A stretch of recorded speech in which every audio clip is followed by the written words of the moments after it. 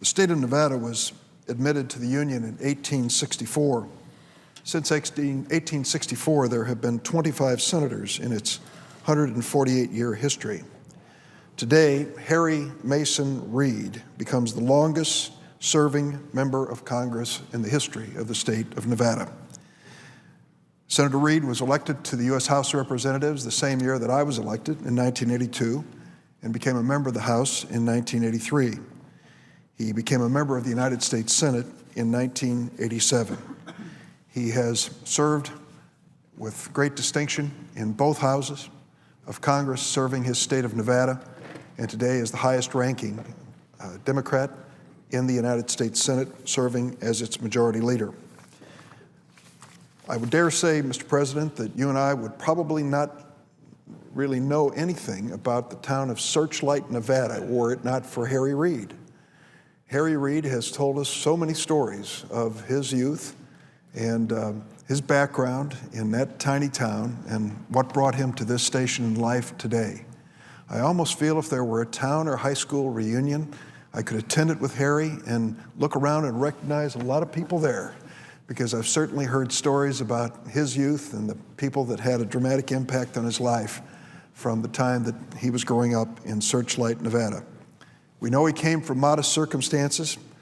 His family raised him in a very small home without indoor plumbing. He attended a two-room elementary school in Searchlight, Nevada. As a child, Senator Reid's father was a hard rock miner, and his mother took in laundry. He says of his parents that his father gave him quiet and his mother gave him confidence. Opportunities were scarce in Searchlight, but Harry made the most of what he had. His book, The Good Fight, has a great opening paragraph that I'd like to share with you because it says so much about what life must have been like in the town of Searchlight.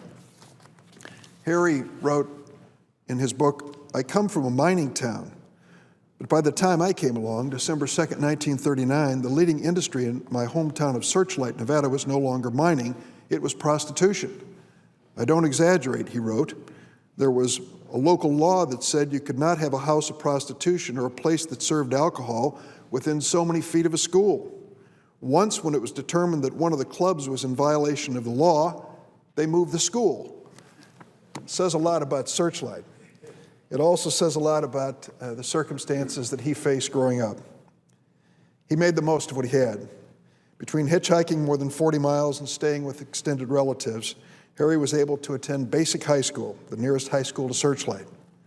While at Basic High in Henderson, he met two people who dramatically changed his life. Landra Gould. Landra became his wife of 53 years and counting.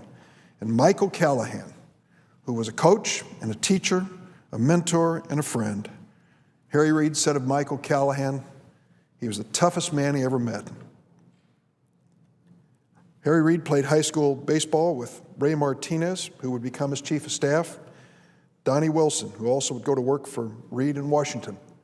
Mr. President, I once invited Mr. Cub, Ernie Banks, to my office, and I invited Harry Reid, the former baseball player in his youth, to come up and meet Ernie Banks. And Ernie Banks looked in his eye and said, "What position did you play, Harry?" And Harry said, "I played catcher." Ernie Banks said, "I don't believe it. Get